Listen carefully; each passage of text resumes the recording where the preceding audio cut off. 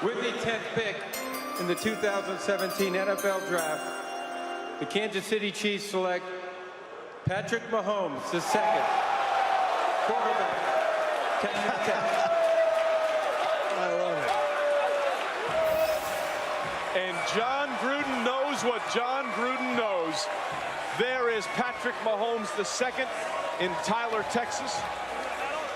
Agent Lee Steinberg there with him, and boy, you want to talk about numbers? He put up all kinds of numbers in that air raid offense at Texas Tech. The name must be very familiar to a lot of baseball fans. His father, Pat, was a pitcher, played 11 Major League seasons for 6 different teams. His godfather, LaTroy Hawkins, was also a pitcher, played in 21 Major League seasons. In fact, Patrick Mahomes, when he got to Texas Tech, played both football and baseball before settling down on football. And Mel, it was a good decision to pick football. It definitely was. Think about the Kansas City Chiefs. Let's go back to last year's draft. They tried to trade up to get Paxton Lynch unsuccessfully. They tried last year to do that. Now they move up and get Mahomes successfully. Think about an ultimate gunslinger who I thought was the most entertaining quarterback to watch in a long time. Talk about what I'm tired of. I'm tired of watching bubble screens and short passes. With the 10th pick in the 2015 NFL Draft, the St. Louis Rams select Todd Gurley, running back, Georgia. And there you have it, a running back pick in the top 10. My goodness, stop the presses, because no one could stop this kid other than his ACL injury, but he's expected to be playing by certainly midseason. And Todd Gurley, my goodness, 6 feet, 222. What don't the Rams had some nice younger, Stacy, they had a couple of backs, second and third round. It's a division that with tough defenses run the rock. I like it. Well, Jeff Fisher hasn't had a running back like this in Eddie George of the Tennessee Titans. And Eddie George was a first-round pick, Kuiper. But Todd Gurley has NFL size. He can run through you. He can bounce it to the outside. He is. With the 12th pick in the 2014 NFL Draft, the New York Giants select Odell Beckham, wide receiver, LSU. There is Odell Beckham Jr. Tears in his eyes coming out. There's some more envy from Jet fans who wanted Dominique Rodgers-Cromartie to help fill Tony Cromartie's spot. Giants signed him. A lot of Jet fans had their hearts set on Odell Beckham. Giants just drafted him. Some of the intrigue going on here in Radio City Music Hall. And Rich, we're talking about Mother's Day this weekend. His mom, Heather, was an All-American sprinter at LSU. So his dad played football, tailback at LSU. His mom, an All-American sprinter. This kid had 5 games over 100 yards, 5'11", 198, 4'4", 40, 38.5-inch vert. I mean, he's got all the measurables. But I also think, Michael, he's one of the best route runners in this draft. And that's the key. This kid knows how to run routes. We have the speed guys in Watkins. We have the big guy in Evans. And then we have the pure fan. Tom Brady, the quarterback who all he did was lead this football team, put them in the right position more times than not. And when he got pulled from the game and Drew Henson came in, Michigan football was not as good as it was when Brady was in. No question, Mike. Smart experience. This past season, he cut his interception total from 98.5, tossed 20 touchdown passes, only 6 interceptions. Threw a touchdown pass in actually all 16 games he started against Big Ten opposition during his career. Accurate. It was a very catchable ball. He really knows when to take a little off as well. I think that's the key, and he stands in that pocket very tough. He'll take a hit.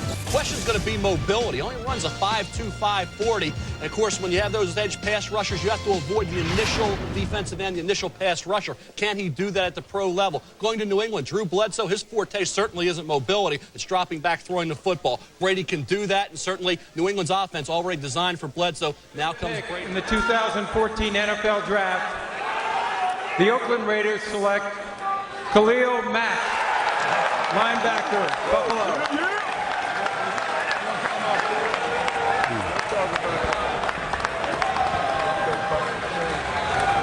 There's Khalil Mack.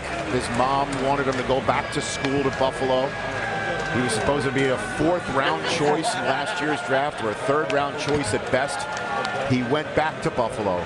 And now, Mike, he is the 5th overall selection of the 2014 draft, going to the Oakland Raiders. 6'2½", 251 pounds.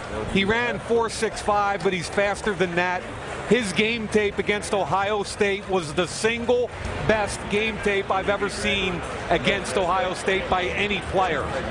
So in the biggest game of his career, he came up largest. I think for Oakland, on 1st down, he's a Sam linebacker, just like Von Miller. They get in the sub package. He comes off the edge. He plays with intensity. He plays with energy. The Cleveland Browns have traded the 6th pick to the Atlanta Falcons. With the 6th pick in the 2011 NFL Draft, the Atlanta Falcons select Julio Jones, wide receiver, Alabama. So Julio Jones coming to the stage. This breaks the hearts of some Rams fans that hope that he possibly could drop to them down all the way to 14. It also leaves Blaine Gabbert up for grabs for the 49ers, who are now on the clock, as we all create some headspace for those developments. Tell me about Julio Jones, Mike. I love his physicality. Watch him stick his foot in the ground at 6'3½", Michael Irvin, about 218 pounds. Break back to the quarterback, creating separation from the defensive back. Now, you used to do this. Watch him use his big body in the end zone against Chris Culliver. First he widens them, then he gets the big body like a weak side rebounder, makes the high point. Now, I hate the hop right here. What's the D-back going to do when you hop? He's going to jack you. Get up under that chest. He's going to jack you right up, isn't he? Better believe. But then he creates separation with that 4.39 speed. And guys, and Steeler Nation select, and this is not even my choice, but a good one, Le'Veon Bell, running back, a.k.a. factor back, Michigan State. Was that an evaluation and an announcement at the same time? That might be the first in NFL draft history right there. That is what he does. now, this kid was 244 pounds during the season. He got down to 230 to run faster. He had over 380 touches this year. My concerns with him was I thought he ran more east and west than a 244-pound back should. However, that's easily correctable.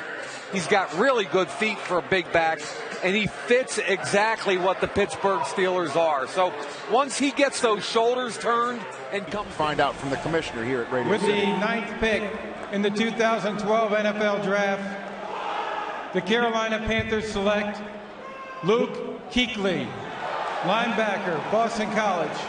There you go, Mike. I love that kid. There were two really logical players here. I call him Clark Kent, who happens to turn into Superman on Saturdays and Sundays.